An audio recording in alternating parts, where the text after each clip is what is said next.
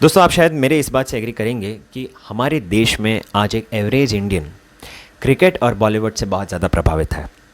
तो इस वजह से मैंने सोचा कि क्यों ना आज का वीडियो ज़रा इंटरेस्टिंग बनाया जाए, क्यों ना मैं आपको कुछ ऐसे मनी लेसन्स शेयर करूं जो बॉलीवुड से इंस्पायर्ड है। सो मैं धीरज हेगड़े इन्वेस्टमेंट एकेडमी से बात करने वाला हूं आज 5 ऐसे बॉलीवुड मूवीज़ के बारे में जिससे आप बहुत ज़बरदस्त फाइनेंशियल लेसन सीख सकते हैं। सो बिफोर वी प्रोसीड, अगर आप हमारे चैनल में पहली बार आए तो सब्सक्राइब करना ना भूलें, और अगर आपको हमारा काम पसंद आता है तो लाइक बटन भी हिट करना ना भूलें। Let's start. ऑलराइट, सो पहला मनी लेसन है keep your investments simple and do not complicate.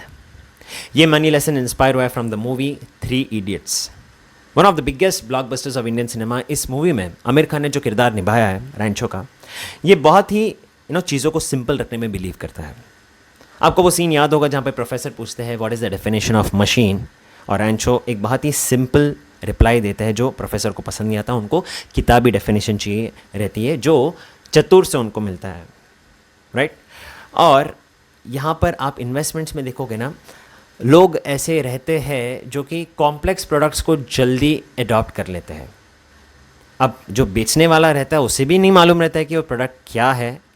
अब क्योंकि उसमें लाइफ इंश्योरेंस कवरेज है, उसमें गारंटीड रिटर्न्स है, उसमें टैक्स बेनिफिट है, उसमें टैक्स फ्री रिटर्न्स है, तो लोगों को लगता है यार ये तो सबसे आइडियल प्रोडक्ट है, राइट। भले थोड़ा सा कॉम्प्लेक्स लग रहा है, 5 साल में पैसा मिलेगा, 10 साल में मिलेगा, फिर ये बोनस मिलेगा, लॉयल्टी एडिशन रहेगा वगैरह वगैरह, सब कुछ दुनिया भर की आपको वो पट्टी पढ़ाएंगे।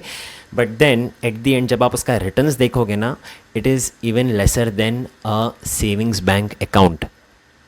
तो डिसीजन आपको लेना है। यहाँ पर आपको समझना है कि क्या मैं ऐसे कॉम्प्लेक्स प्रोडक्ट्स में पैसे लगाऊं या मैं अपने इन्वेस्टमेंट्स को सिंपल रखूं। लाइक एक प्लेन वैनिला टर्म प्लान ले लूं जिससे मैं मेरे लाइबिलिटीज़ को कवर कर लूं, एक अच्छा खासा कवरेज, राइट, जो आप एक टर्म प्लान से बहुत कम दाम में ख़रीद सकते हो।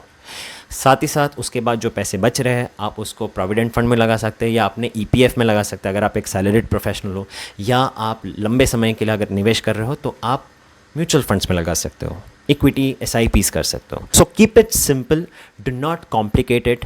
ओके, जो भी लोग आपको अप्रोच करते हैं for a bundled product, understand that उसमें उनका ज़्यादा फ़ायदा है and that is the reason they are approaching you with that product. You need to understand this thing कि ऐसे सारे प्रोडक्ट्स में आपका कोई फ़ायदा नहीं। Better you buy products which are less complicated and are beneficial for you. दूसरा money lesson है set goals and achieve financial success, और ये इंस्पायर हुआ है फ्रॉम द मूवी भाग मिल्खा भाग। अगर आप नोटिस करो life story of Milkha Singh, उनके सक्सेस का राज है उनके गोल्स। जब कभी भी उन्हें कुछ हासिल करना होता है तो वो पहले अपना एक लक्ष्य सेट करता है, अपना एक गोल सेट करता है। जब वो छोटे थे तो उन्हें घर जब जल्दी पहुंचना होता है तो वो गरम रेत में से होकर जाते हैं, तो उन्होंने गोल सेट किया होता है, उनको मोटिवेशन रहती है कि उन्हें घर जल्दी पहुंचना है। जब वो बड़े होते हैं, आर्म्ड फोर्सेस ज्वाइन करते हैं, तो वहाँ भी उन्हें दूध पीना होता है, इस वजह से वो और भागना चालू करता है। और आगे चलकर आप जानते हैं कि जब सेल्फ़ रिस्पेक्ट की बात आती है और देश के लिए जब मेडल्स लेकर आने की बात होती है, तो वो एक मोटिवेशन, वो एक गोल उन्हें इंस्पायर करता है और ज़्यादा मेहनत करने के लिए। तो in personal finance also, if you have not set any goal, अगर आपको ये मालूम ही नहीं है कि आप इन्वेस्ट क्यों कर रहे हो, तो आप कभी भी फाइनेंशियल सक्सेस नहीं देख पाओगे। गोल नहीं होने से आपका इन्वेस्टमेंट भटकेगा और वो अपने डेस्टिनेशन तक नहीं पहुंच पाएगा। इस वजह से आप देखेंगे कि आपने कोई खास वेल्थ क्रिएट किया नहीं है। That is the reason setting a goal is very critical for the success of your personal finance. तीसरा मनी लेसन है do not borrow more, rather invest more.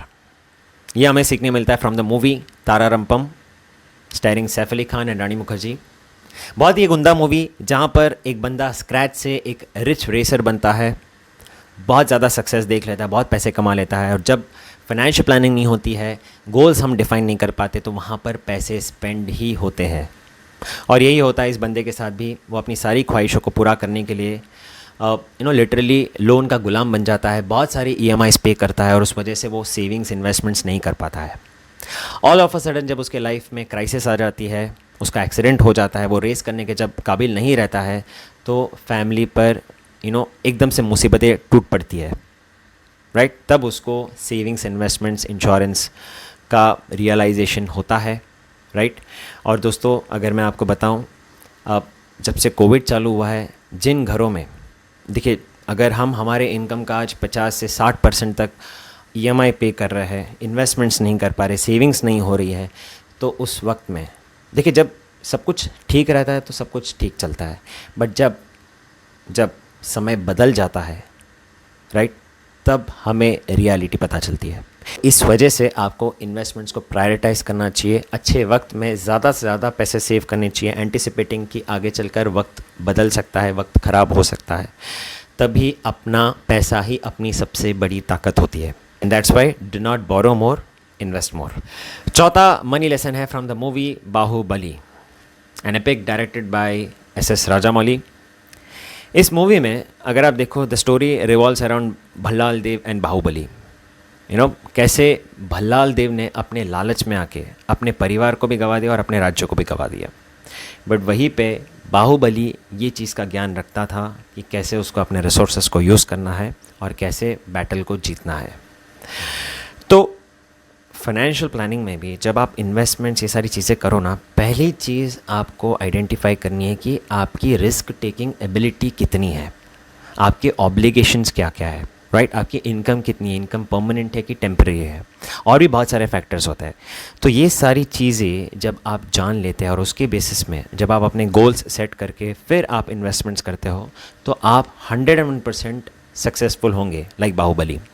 But just आप लालच में आके डिसीजन लेते हो, यार चलो मेरे फ्रेंड ने बोला ये जोमेटो का IPO, चलो मैं इसमें पैसे डाल देता हूँ, ऐसा लग रहा है कि बिटकॉइन में डालना भी ठीक है, चलो उसमें डाल देता हूँ।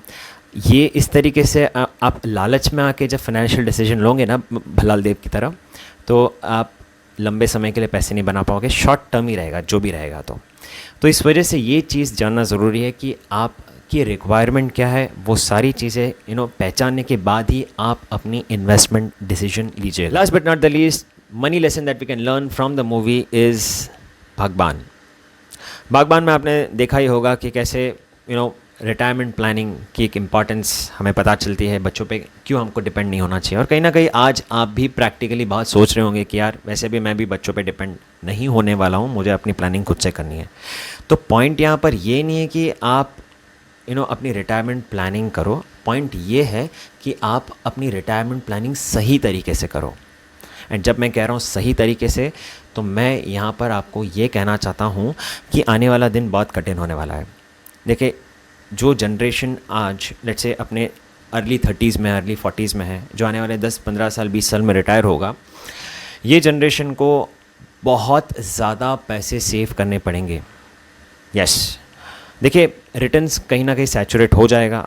अभी तो आप देख रहे हैं सारे फिक्स प्रोडक्ट्स के रिटर्न्स तो साउथवर्ड जा रहे हैं, तो कहीं ना कहीं आने वाले दिनों में ये बहुत बड़ा थ्रेट रहने वाला है कि आपकी रिटर्न्स बहुत कम रहेगी।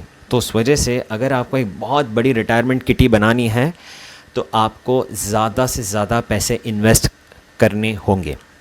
और इससे भी ज़्यादा इम्पॉर्टेंट है कि लाइफ एक्सपेक्टेंसी बढ़ रही है, राइट। आने वाले अगर आप देखो 10, 15, 20 सालों में एवरेज लाइफ एक्सपेक्टेंसी बढ़कर हो जाएगी शायद 80, 85 या 90 तक।